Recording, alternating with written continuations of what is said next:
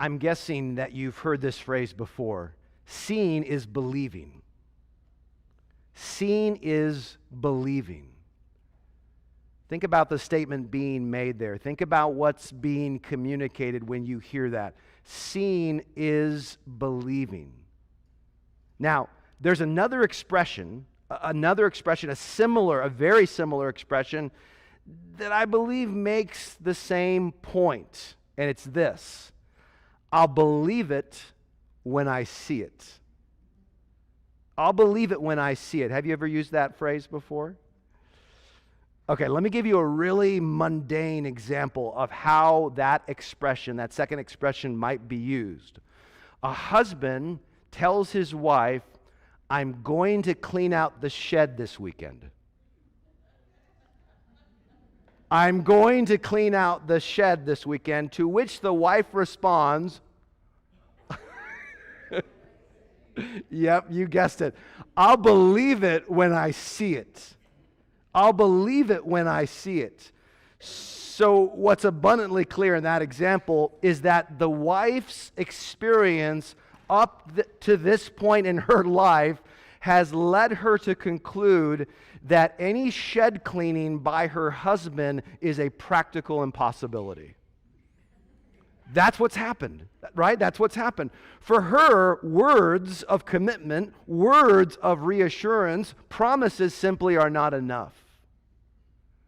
Now, let me give you another example, this time not a mundane example, but a really meaningful example. A meaningful example of how that expression might be used.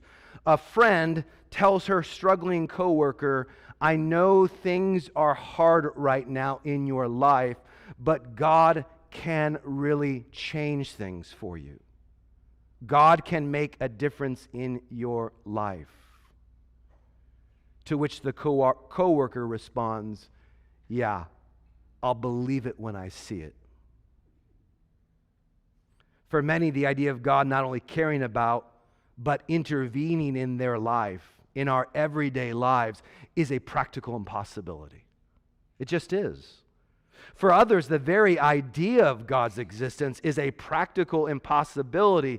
That is, their experience up to this point in their life has led them to conclude that there is no God. There truly is no God. Or to put it another way, God for them is nothing more than a needy person's magical, invisible sky fairy whose existence for that skeptical naysayer would need to be proven by some tangible, by some visible evidence. For them, seeing is believing. Seeing is believing. So a mundane example and a meaningful example. My hope is that you, at the very least, agree with my appraisal this morning, the way I've ranked these, that you recognize that the question of God's existence is an infinitely more important question than will Mr. Jones clean out the shed this weekend. And of course, the question of God's existence opens up a floodgate of other questions, right? It opens up a floodgate of other questions, questions about the most important things in your life, in any life. But is that expression actually true? The expression that we've been talking about, is it actually true? Is seeing believing? Will every person believe if they see? And conversely, can a person believe without seeing?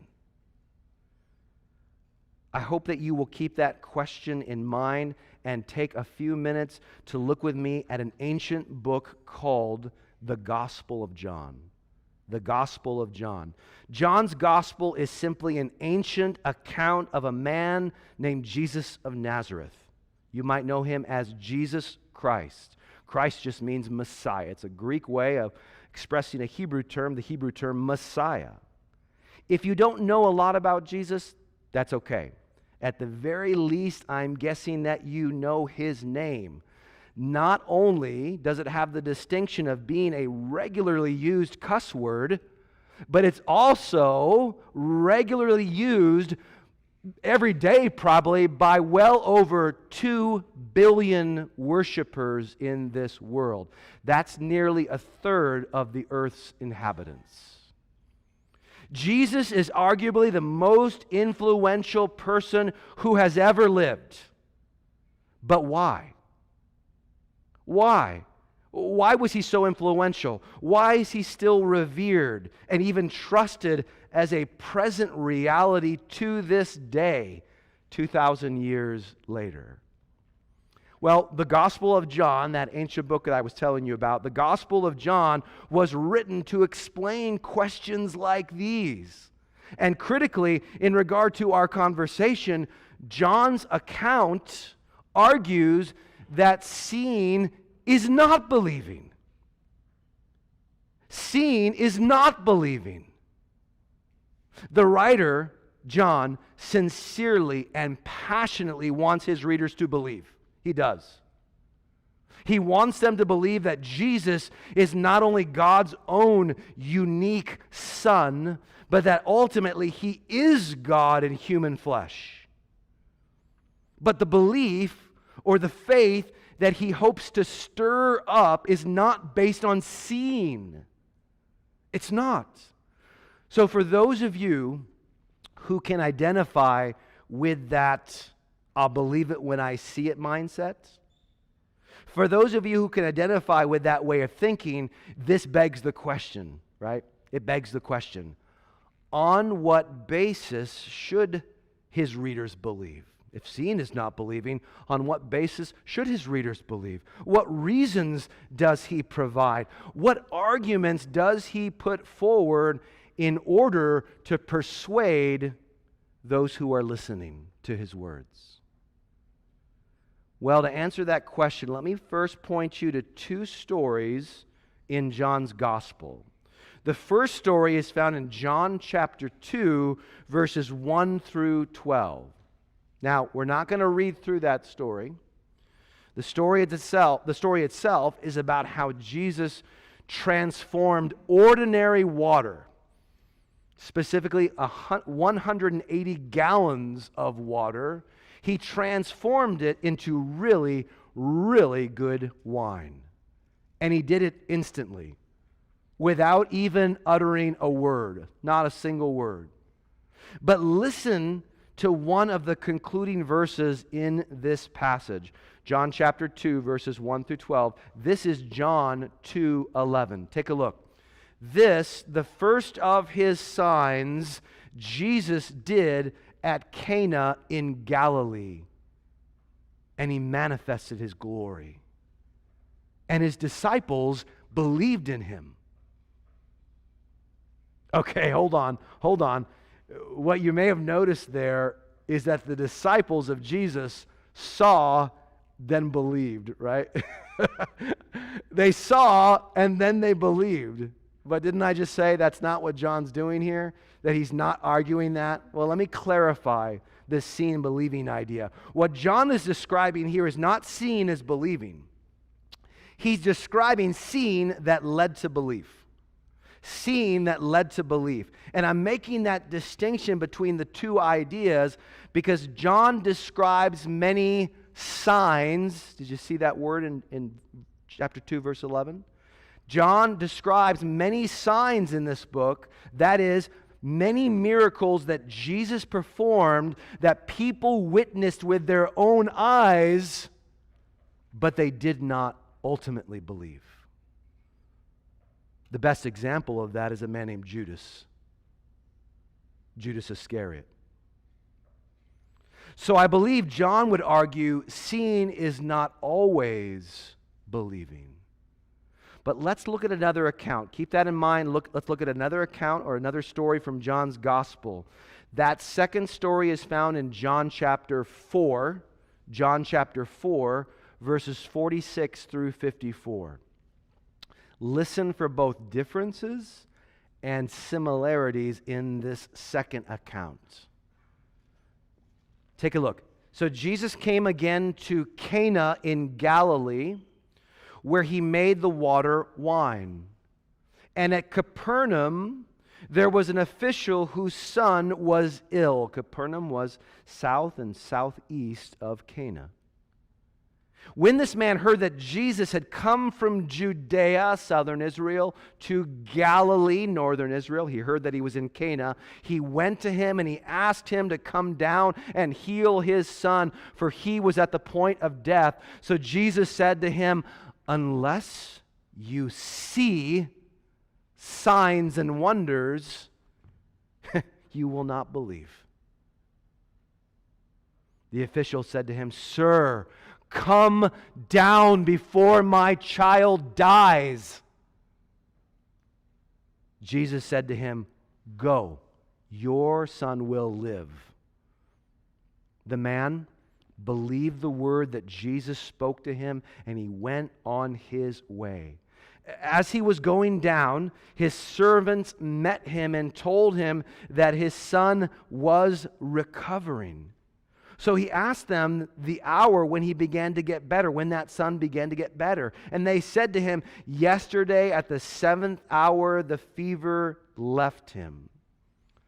The father knew that was the hour when Jesus had said to him, the same hour that Jesus had said to him, "Your son will live." And he himself believed, and all his household. This was now the second sign that Jesus did when he had come from Judea to Galilee. So, you may have noticed some of the similarities between this story and the first story. Both are set where? They're both set in Cana in Galilee. Both are amazing miracles. And both are numbered miracles. Did you see that? Did you notice that? They're numbered. The water into wine was, chapter 2, verse 11, labeled as the first. And the healing of this official's son is described by John here in verse 54 of chapter 4 as the second sign. The first sign and the second sign that Jesus performed. Interestingly, even though John's gospel contains 5 more signs for a total of 7 signs, the first 2 are the only ones that are actually numbered. First 2 that are explicitly numbered. But I think there's a reason for that. I think there's a reason that both of these are even linked by location. Did you notice how Jesus' first response to this man who came to him in desperate need, his first response to this man was a statement to the man about what? Seeing and believing. Seeing and believing. And I think Jesus responded this way to this man because he wanted to test this man's faith. He wanted to gauge this man's faith. And he continued testing him by simply doing what? He simply announced in verse 50 that the man's son had been healed. He didn't say, "I'm going to go with you, let's go now." He just simply announced. He just spoke it and said, "Your son is healed." And how does the man respond? He simply takes his word for it. He hears and believes. Does he see? No, he doesn't see. He hears the word and he accepts it. He takes Jesus' word for it. He trusts Jesus. He believes without seeing. Now think about the order and relationship of these first 2 signs, the only ones that are numbered in this gospel. The first account describes these students or apprentices of Jesus believing when they witness his miracle-working power in turning water into wine. And the second account describes how a man simply heard about the miracle-working power of Jesus. He heard that word of miracle-working assurance, and he believed that word. And then later, what happened? That man saw in person the astounding effects of the miracle-working power of Jesus, and his faith was strengthened. It repeats that he believed, right? He believed in this maybe fuller way or something, we don't know. Now, why is this important, the relationship between the first story and the second story? Why in this order? Why are they linked in the ways that they're linked? I think this is the case because John is revealing something extremely important here to us about his strategy in this ancient account. John could not take his readers back in time to witness the miracles of Jesus, but he could write about them. He could testify about them. He could bear witness about these miracles. And like this man with the dying son, John was calling his readers, and he's calling us today over the centuries. He's calling us to trust that word is true. He explains the goal for this entire book near the very end of it. Take a look. John chapter 20, verses 30 and 31. Now Jesus did many other signs in the presence of the disciples, which are not written in this book. Many other signs in the presence of his disciples, they're not written in this book, but these are written. These are written down. These are recorded. These have been preserved so that you may believe that Jesus is the Christ, the Messiah,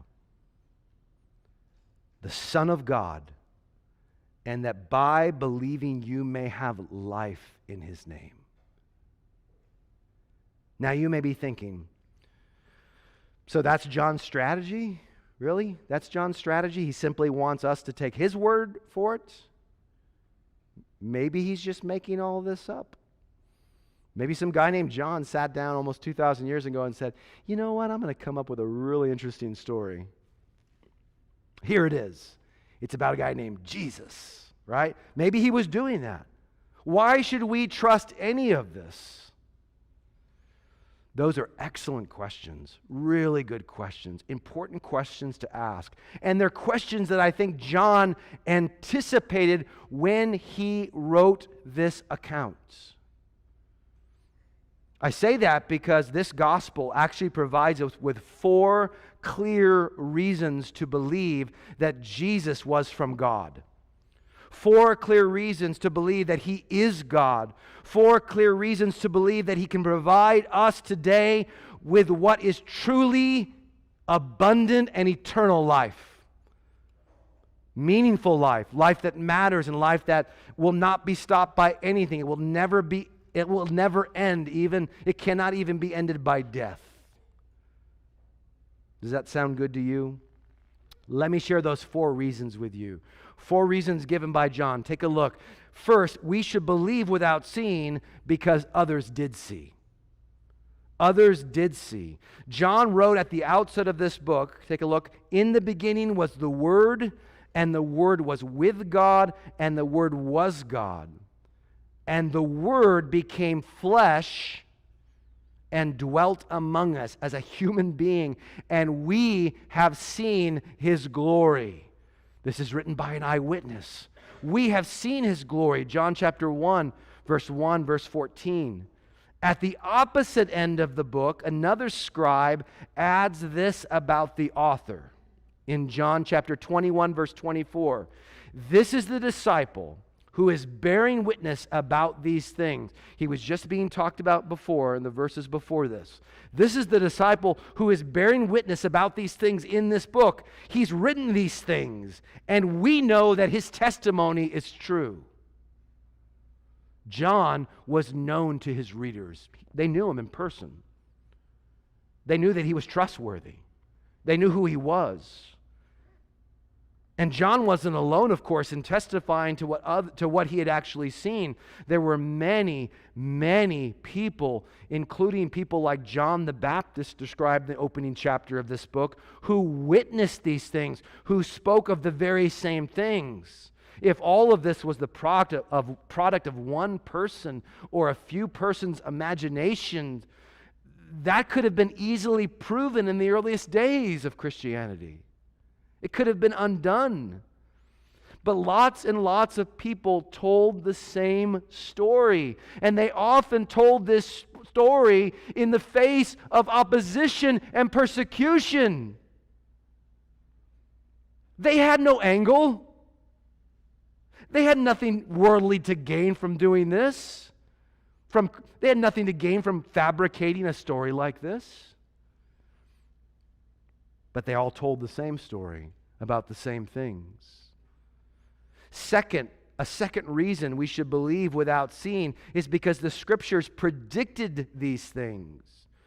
John chapter 2, verse 22.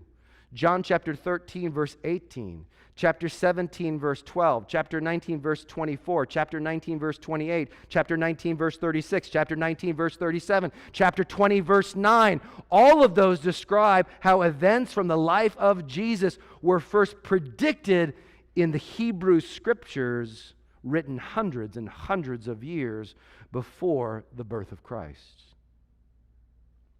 And as Jesus told some of the religious leaders of his day, he said this, "You search the Scriptures because you think that in them you have eternal life, and it is they that bear witness about me." Those Scriptures bear witness about me, yet you refuse to come to me that you may have life. There is one who accuses you, Moses, on whom you have set your hope. For if you believed Moses, if you really believed Moses, you would believe me, for he wrote of me. John chapter 5, verses 39 through 40, 45, and 46. Number 3, a third way that John makes his case. We should believe without seeing because no one has ever spoken like Jesus. No one has ever spoken like Jesus. When Jewish officers, like the temple police, were sent to arrest Jesus by their leaders, when they were sent, but they came back empty-handed, this is what they told their superiors about why they let him go. John 7, verse 46. The officers answered, "No one ever spoke like this man." No one. This was true in first century Israel, and it's still true today. I challenge you to read the words of any religious teacher, of any philosopher, of any great writer, of any great leader, of any influencer today, and then read the words of Jesus. And you will see that though there are many interesting insights, and though there are many thoughtful observations and helpful words of advice out there, no one has ever spoken like Jesus. No one. No one has ever made the claims that he has made. This is why after some of Jesus' followers turned away from him, Peter answered Jesus the way that he did when questioned by him in John chapter 6, verses 67 and 68. Take a look. So Jesus said to the 12, "Do you want to go away as well?" Simon Peter answered him, "Lord, to whom shall we go? You have the words of eternal life." Number 4, a fourth reason we should believe without seeing is because the signs themselves are radically unique. The signs themselves are radically unique. Just as the claims that Jesus made about himself are radically unique, so too were the miracles that he performed. Water to wine, healing with a word from 16 miles away, instantly restoring a paralyzed man to his feet, feeding 5,000 people with 5 loaves of bread and 2 fish, walking on water, healing a man born blind, raising a man from the dead. As Jesus himself encouraged his critics, take a look. Even though you do not believe me, believe the works I do, that you may know and understand that the Father is in me and I am in the Father. And in John's Gospel, this ancient account, all of this, these 7 signs, all of this leads to what could be called an 8th sign. An 8th sign. After his crucifixion, 3 days earlier, that eighth sign was the resurrection of Jesus from the dead. And those 4 reasons, that 4-pronged strategy that John's using, those 4 reasons apply to this sign as well. There were many witnesses to his resurrection. John chapter 20, verses 1 through 8. The Jewish scriptures spoke of his resurrection. John chapter 2, verse 22. John chapter 20, verse 9. Jesus spoke of raising himself, chapter 2, verse 19. And finally, the work itself, the resurrection, speaks of Jesus. That is, it testifies. It is an historical event that bears witness to the fact that there never has been and never will be anyone like Jesus.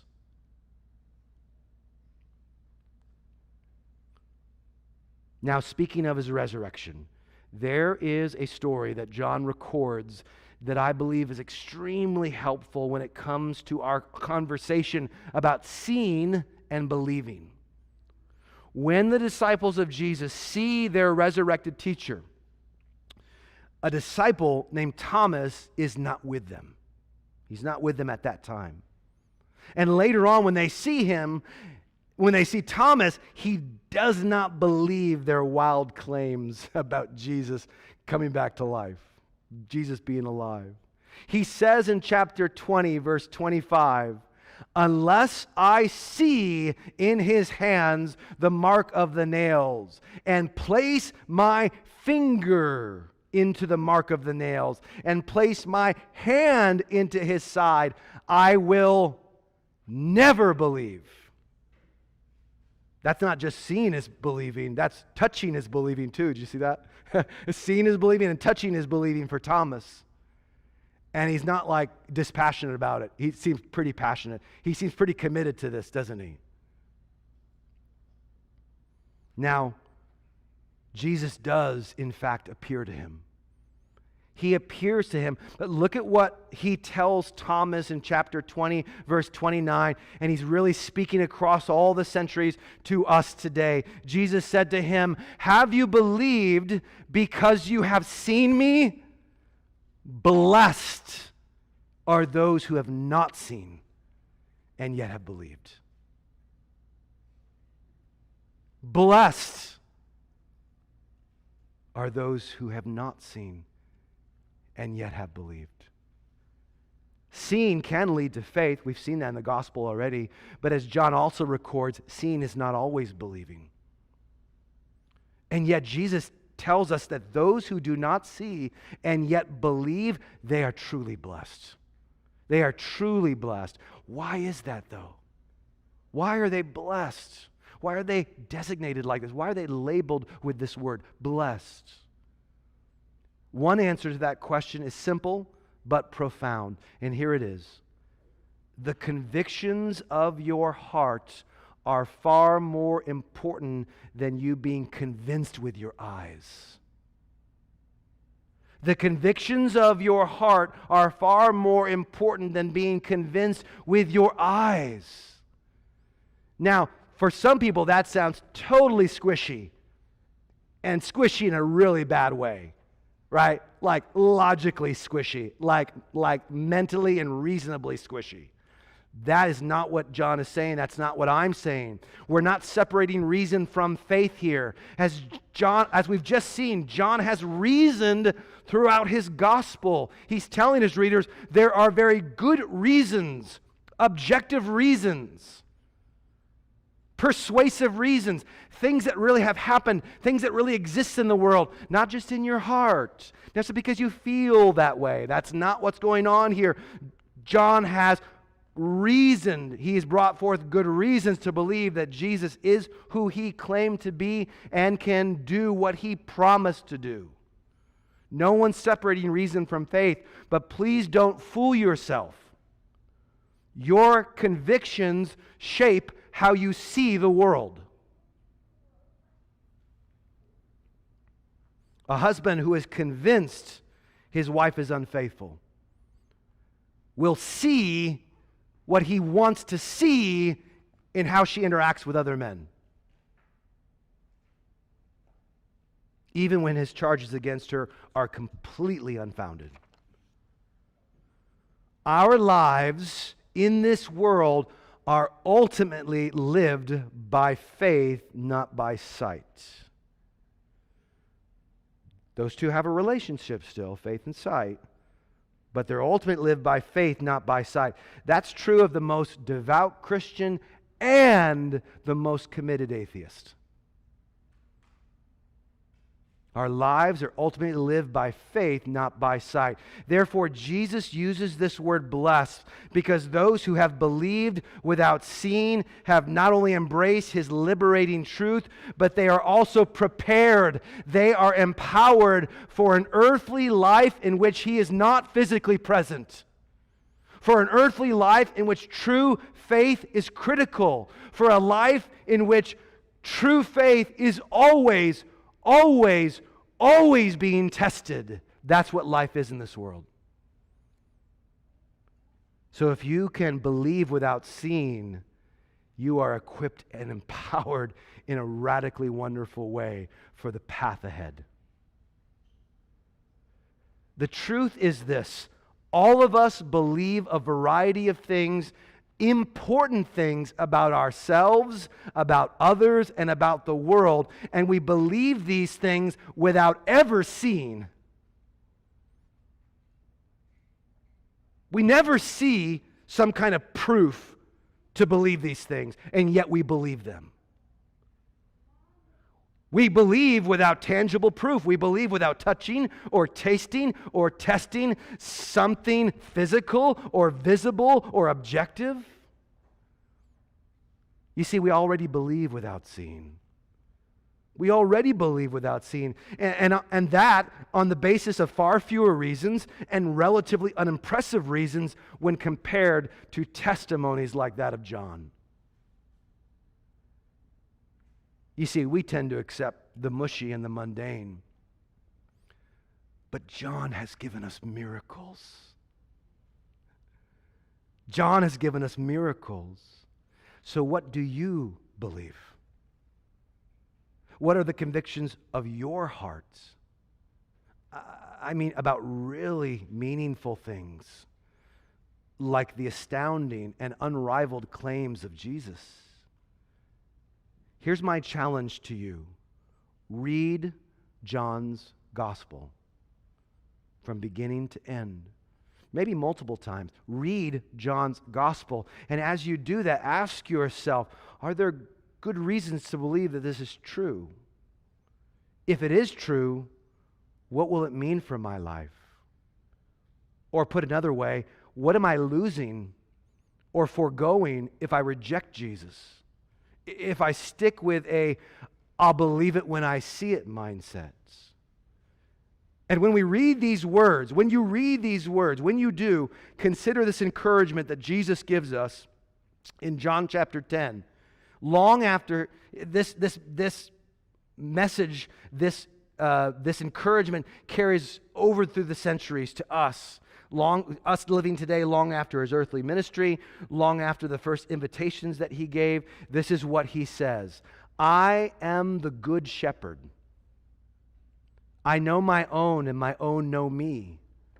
Just as the Father knows me, and I know the Father, and I lay down my life for the sheep. And I have other sheep that are not of this fold.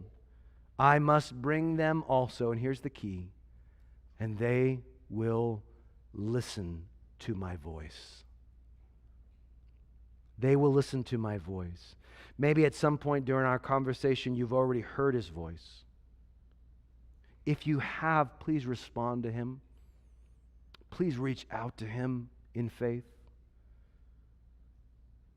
And please know this: like the man with the dying son, when you believe the word without seeing, you will soon see the amazing effects of the miracle-working power of Jesus in your own life.